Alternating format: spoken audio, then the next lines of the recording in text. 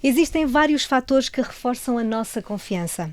O cabelo, por exemplo, costuma ser uma forte imagem de marca tanto para homens como para mulheres. Assim, quando notamos o seu enfraquecimento ou até mesmo queda, é normal que nos sintamos inseguros. Há quem diga que lavar o cabelo todos os dias o faz cair mais. Outros garantem que cortar o torna mais forte. E depois há os suplementos, os shampoos milagrosos e um sem fim de soluções no mundo digital. Mas afinal, o que é mito e o que é verdade quando falamos de queda de cabelo? Juntamente com a Isdin e ao longo de 9 episódios vamos esclarecer vários temas sobre o mundo da saúde do cabelo e das unhas no programa Carecas de Saber.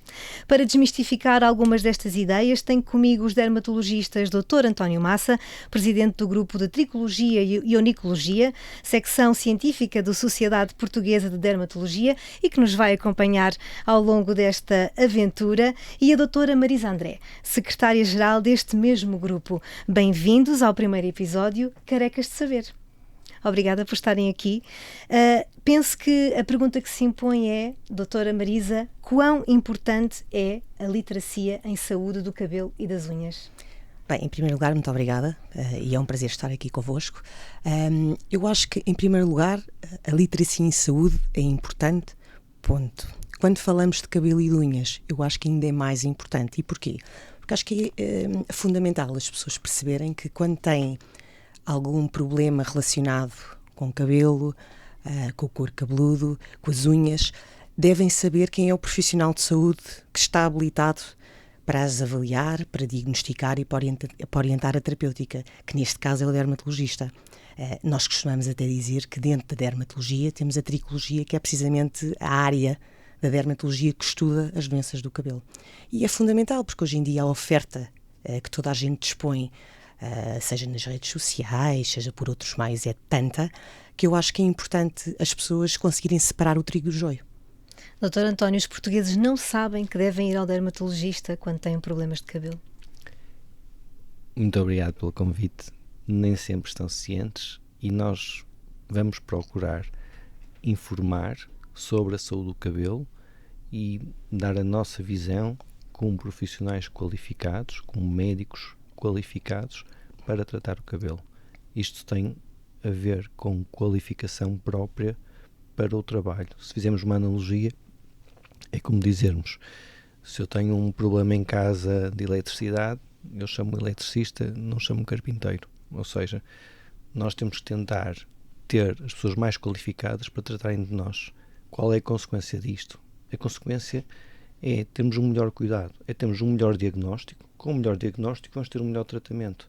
Muitas vezes vemos no nosso cotidiano, na nossa consulta, doentes que ou não estão realmente a fazer o tratamento adequado, ou não têm um diagnóstico adequado, ou mesmo por autoiniciativa que estão a fazer tratamentos que não são adequados.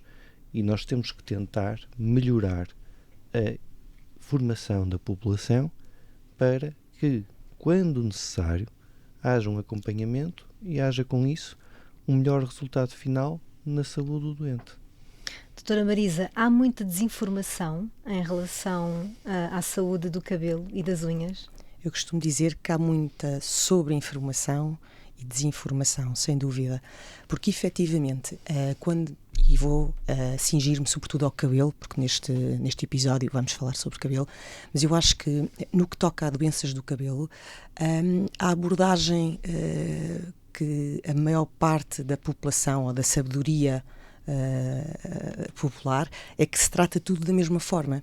E é importante as pessoas perceberem que existem doenças muito diferentes do cabelo, que umas delas podem ser reversíveis, e felizmente para elas, que são a maioria, mas existem doenças em que há uma perda irreversível do cabelo.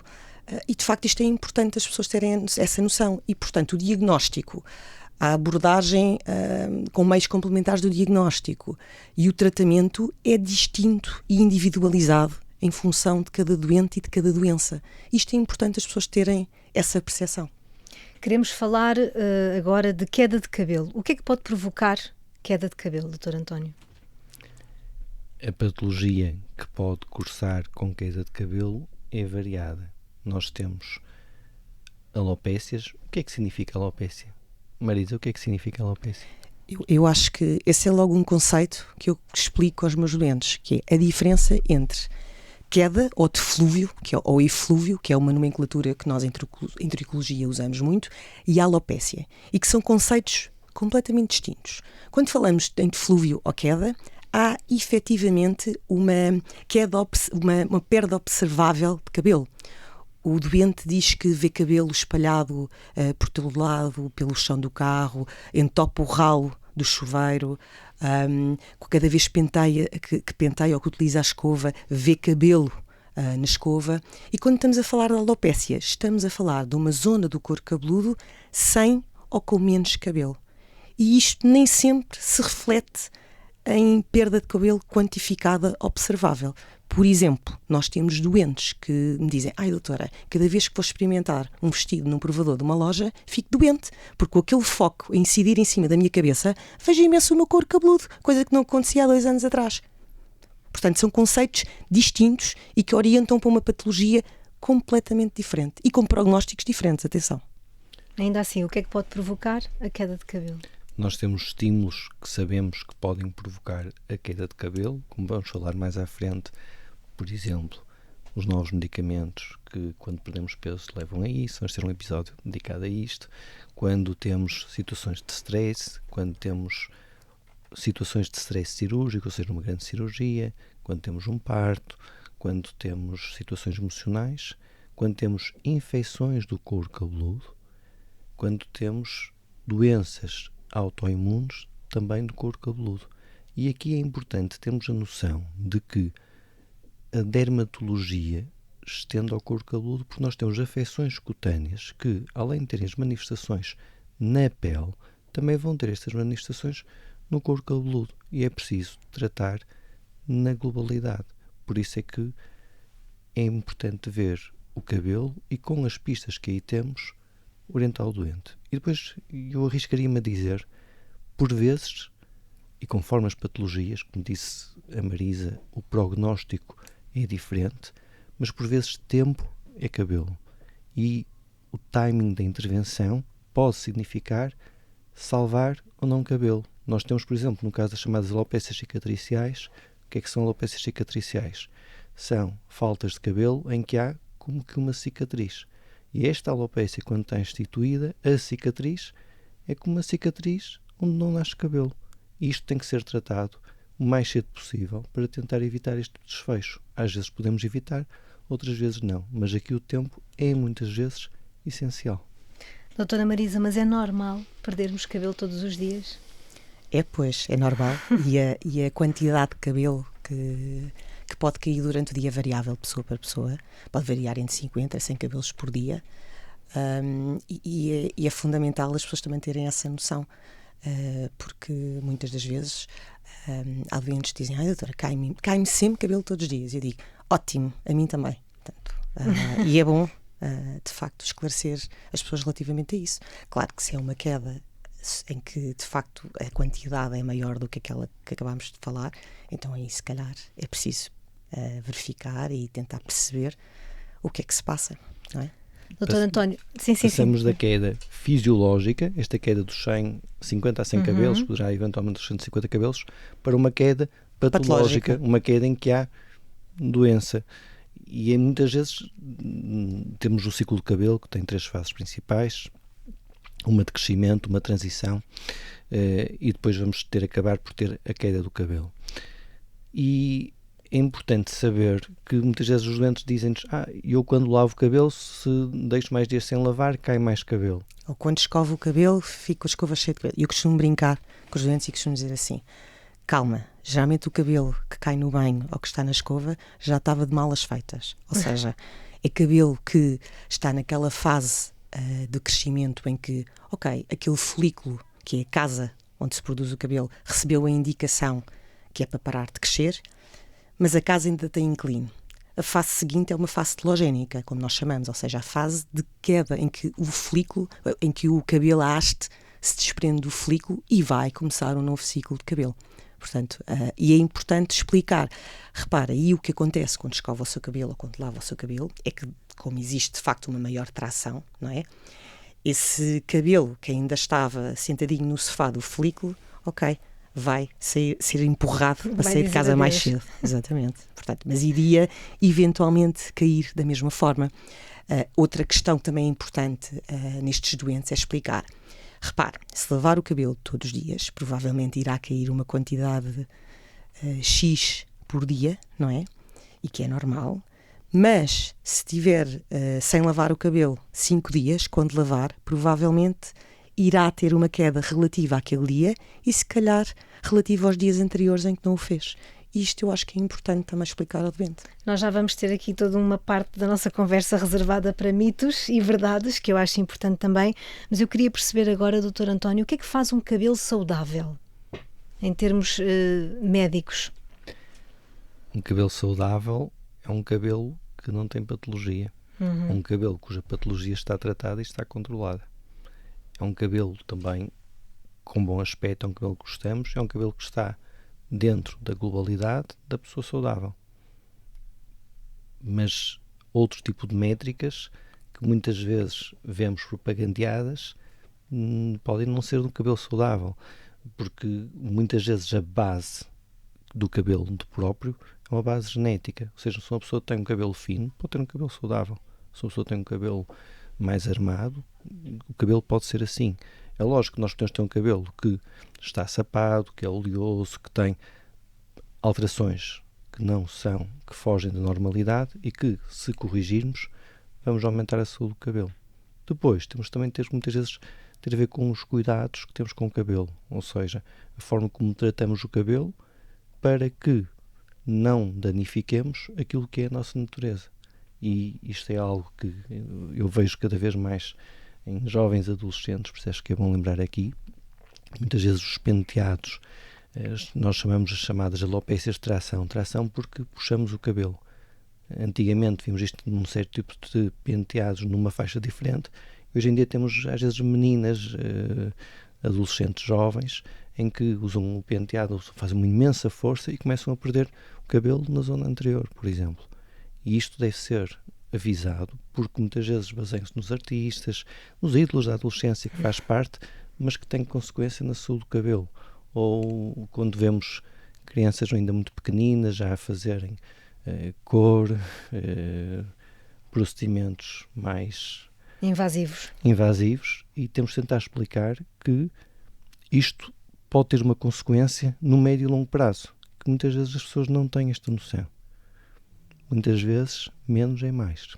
E depois também eu acho que, efetivamente, hoje em dia nós abordamos a medicina de uma forma holística e nós não nos podemos esquecer que o cabelo e as unhas são entidades vivas, não são mortas. E, efetivamente, da mesma forma que nós achamos que não beber bebidas alcoólicas em excesso, não fumar, reduzir níveis de stress ou ter estratégias adaptativas ao stress são importantes, isso também tem impacto no nosso cabelo, não é só na pele.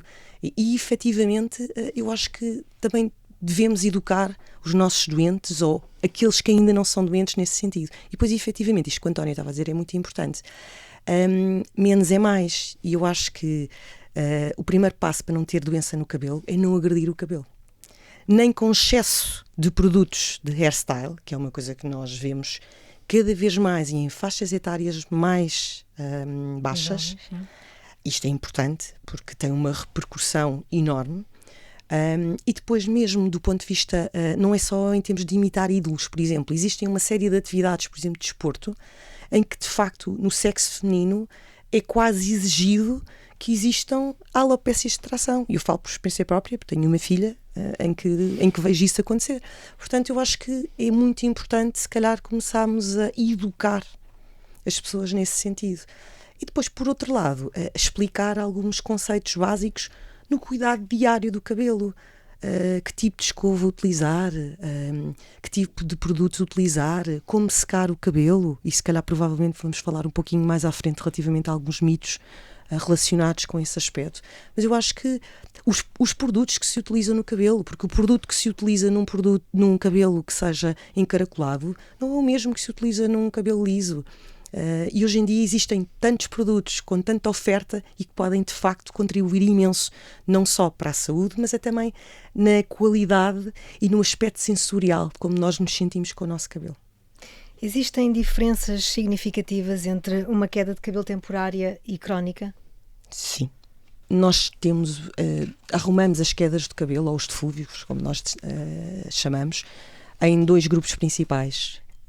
A queda aguda, ou deflúvio telogénico agudo, e que habitualmente é inferior a 6 meses de duração, e temos o deflúvio telogénico crónico, em que habitualmente se estende para além dos 6 meses e muitas das vezes até acaba por ser uma condição permanente em alguns destes doentes, ou na maior parte das vezes em algumas destas doentes, porque é de facto mais frequente em mulheres. Eu não ia dizer de meia idade, porque não me quero incluir nesse grupo, mas a partir dos 40, 50 anos. Okay?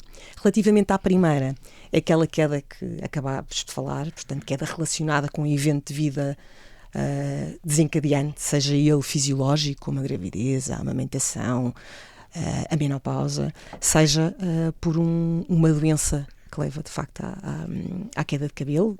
Por exemplo, doença metabólica, também doenças da tiroide, que são frequentes e são frequentes em faixas etárias baixas, portanto, é importante rastrear isso. Outro tipo de, sei lá, por exemplo, uma cirurgia major também pode ser uma causa determinante de queda de cabelo. Medicação, não esquecer medicação também. Existem várias quedas de cabelo relacionadas com medicamentos e suplementos, que nós às vezes também nos esquecemos, porque as pessoas acham que suplemento não é medicamento, portanto não faz mal. E é importante também. Isso dava tema para mais um episódio. E estas quedas de cabelo agudas, que são limitadas no tempo, habitualmente são reversíveis, ou na grande maioria dos casos são reversíveis. Portanto, é uma questão importante de nós explicarmos ao doente, porque a tranquilização acaba por ser, juntamente com a esperoterapia, como eu costumo dizer, o tratamento da doença. Quando estamos perante uma queda de cabelo crónica, ou um deflúvio telogénico crónico, aí à cabeça temos que rastrear se existe ou não alguma doença subjacente que possa, de facto, estar a determinar aquela queda de cabelo, ou então pode ser pura e simplesmente uma queda de cabelo inerente àquela pessoa que está à nossa frente, mas que é reversível. Ou seja, é uma doente que nós dizemos, descanse, cai-lhe muito cabelo, mas ele está a nascer. Portanto, é tentar desvalorizar um pouquinho essa queda de cabelo mantida que tem diariamente, que geralmente também nunca é tão intensa como a queda na queda aguda, portanto, no deflúvio telogénico agudo. E eu juntaria aqui que, por vezes, este deflúvio telogénico crónico nem sempre é fácil de diagnosticar ou de distinguir entre patologias. E muitas vezes temos a patologia que é a mais frequente nas alopécias, que é chamada alopécia androgenética, e que podem cursar em simultâneo ou de forma diferenciada. Marisa, pode-nos tentar elucidar como é que ajudamos a distinguir? É porque isto é muito importante, porque para o doente, muitas vezes a sintomatologia vai ser semelhante e é através da história, mas também da utilização de meios complementares, como sendo a tricoscopia, que é a utilização. É o nosso estetoscópio, como eu costumo dizer. É o estetoscópio do dermatologista e, neste caso, da pessoa que vai ver o cabelo e que vai ver quais são as alterações do folículo para termos um diagnóstico. Quer explicar um pouco como é que diferenciamos? De uma forma simples, assim, à partida, aquilo que o António estava a dizer é verdade. Esta queda crónica até pode ser uma fase muito inicial da alopécia em padrão, ou da alopécia androgenética, se quiserem chamar. Em padrão topográfico, ou seja, temos a alteração do atingimento conforme as áreas do couro cabeludo, não é generalizada de uma forma igual. Exatamente. Habitualmente, a queda do cabelo, independentemente de ser aguda ou crónica, é generalizada. Não é? Até a maior parte dos doentes diz: doutora, quando faço o rabo de cavalo parece que vejo um bocadinho mais estas faces laterais da minha cabeça. Enquanto que, por exemplo, numa alopécia em padrão, neste caso feminino, ou alopécia androgenética, o que nós vemos é uma diminuição da densidade, mas que se localiza predominantemente na parte da coroa, do vértex, ou, no caso do sexo masculino, as famosas entradas. Portanto, é uma distribuição topográfica distinta. Mas nas senhoras, como eu costumo dizer, nem sempre é fácil fazer esta distinção, porque podemos ter, de facto, uma queda que se mantém, ou seja, a doente diz: doutora, eu sinto que tenho que dar mais voltas ao meu elástico, de há uns tempos para cá, e de facto tenho sempre cabelo também caído quando lavo o cabelo, quando penteio, na almofada, mas também são doentes que notam mais a pele do couro cabeludo. Portanto, acabamos por ter um bocadinho as duas coisas. E de facto, quando nós utilizamos o nosso estetoscópio, ou quando fazemos a tricoscopia dos nossos doentes, o que vemos é que, efetivamente, para além desta rarefação que pode existir nestas regiões que nós chamamos bitemporais, portanto, estas regiões laterais do couro cabeludo, também podemos ter, de facto, uma diminuição da espessura do cabelo na coroa. Ou seja, nós quando comparamos a espessura do cabelo nessa zona, por exemplo, na coroa da cabeça, vemos que existe cabelo que ainda mantém a sua espessura, mas outro que está bem mais diminuído, portanto, mais fininho. E se nós compararmos, por exemplo, com a região posterior do couro cabeludo, cá atrás, o que é que acontece? Aí não temos esta heterogeneidade da espessura do cabelo. Isto permite-nos ajudar. Porquê? Porque se nós estivermos perante uma doente que só tem uma queda de cabelo crónica, se calhar não vamos prescrever um medicamento que iremos prescrever caso tenha associado uma alopécia em padrão ou uma alopécia androgenética. E eu fazia aqui um comentário. Este cabelo mais fino, que a Marisa está a referir, nós dizemos que está miniaturizado. E muitas vezes nesta chamada alopécia androgenética, ou seja, que nós dizemos vulgarmente calvície feminina. E que é uma nomenclatura horrorosa. Em que, por norma, na maioria dos casos nas senhoras, há uma manutenção da linha anterior do cabelo, ao contrário do que nos acontece no homem, ou seja, o homem começa a ter entrada, o cabelo vai mais para trás e a senhora vai tendo falta de cabelo predominantemente de forma superior, mas vai manter a linha anterior. E muitas vezes está o doente, nós usamos a tricoscopia que nos dá informações preciosas, mas nós começamos sempre a ver do macro, da imagem grande, para o micro, ou seja, o doente está-se a sentar quando está no consultório e eu muitas vezes já estou a ver a transparência. Já tenho uma primeira noção. Depois pego uma lupa. Não, e depois ouvimos o que ele diz, que é diferente, história, não é? Claro, tem também um olhar com muitos anos de experiência clínica. Vivemos não é? muita observação, Claro. Por isso o doente senta-se, nós estamos a ver. Depois pego numa lupa, tenho uma ampliação de 2,5 a 4 vezes, conforme, e depois vou ao tricoscópio. Sim, de uma forma breve, quais são os sinais de alerta que nos dizem é preciso ir ao dermatologista? Depende, porque, como lhe disse, o mundo das doenças do cabelo é vasto. Mas se nos cingirmos à queda de cabelo, de facto, se o doente tiver uma queda de cabelo abrupta, que seja exuberante, mantida, eu acho que deve procurar um dermatologista. Se um doente tiver, de facto, a percepção que vê cada vez mais o seu couro cabeludo, provavelmente também deve ir a uma consulta de dermatologia, ou se tiver, por exemplo, uma recessão da linha de implantação do cabelo, como estávamos a falar há pouco no caso dos homens, e numa pequena minoria das senhoras, porque há umas senhoras que infelizmente também têm o padrão masculino, eu acho que isso sim é de ir procurar o dermatologista. Mas existem outras doenças do cabelo tão ou mais importantes e que são tão ou mais urgentes, como sejam, por exemplo, áreas do couro cabeludo que ficam sem cabelo.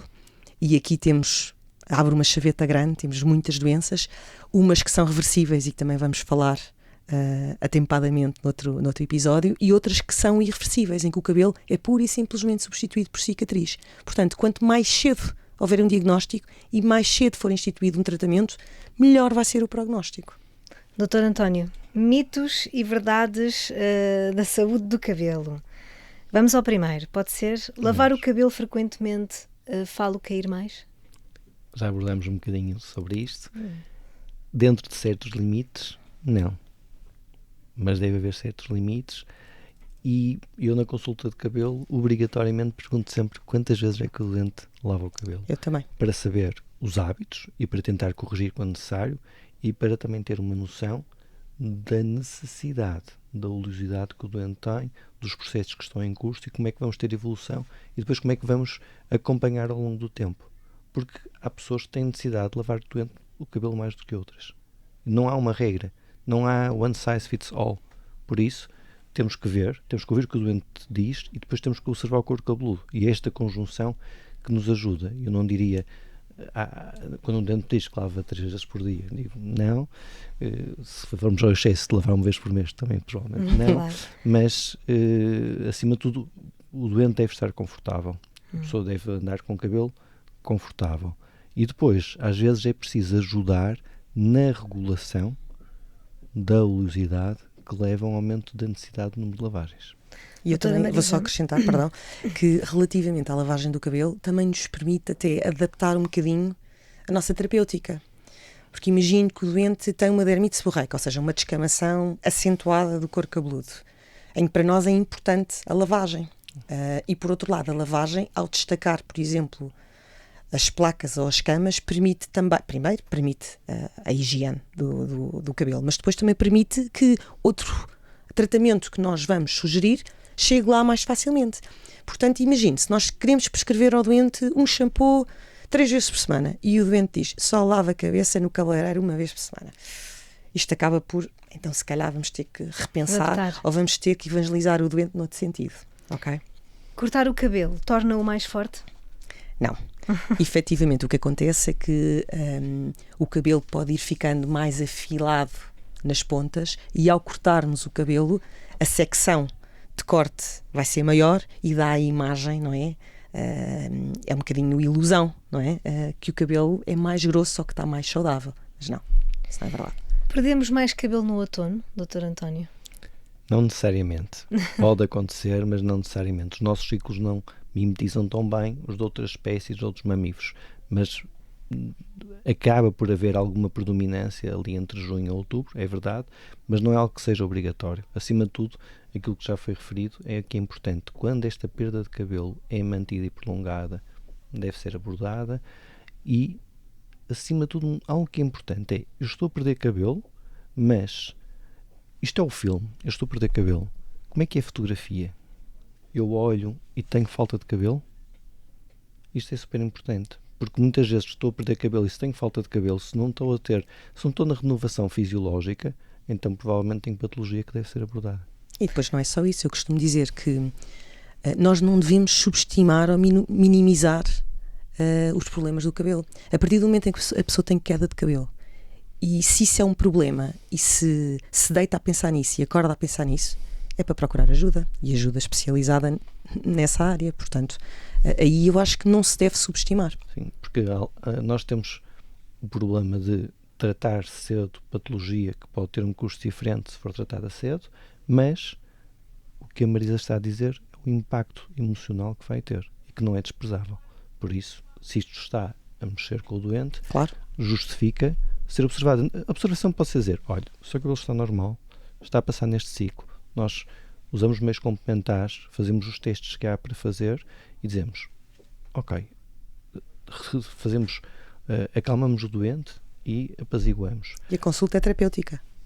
Ok, não vai ser medicado, pode não precisar de nada, ok, mas quando não é assim, também estamos em altura de corrigir.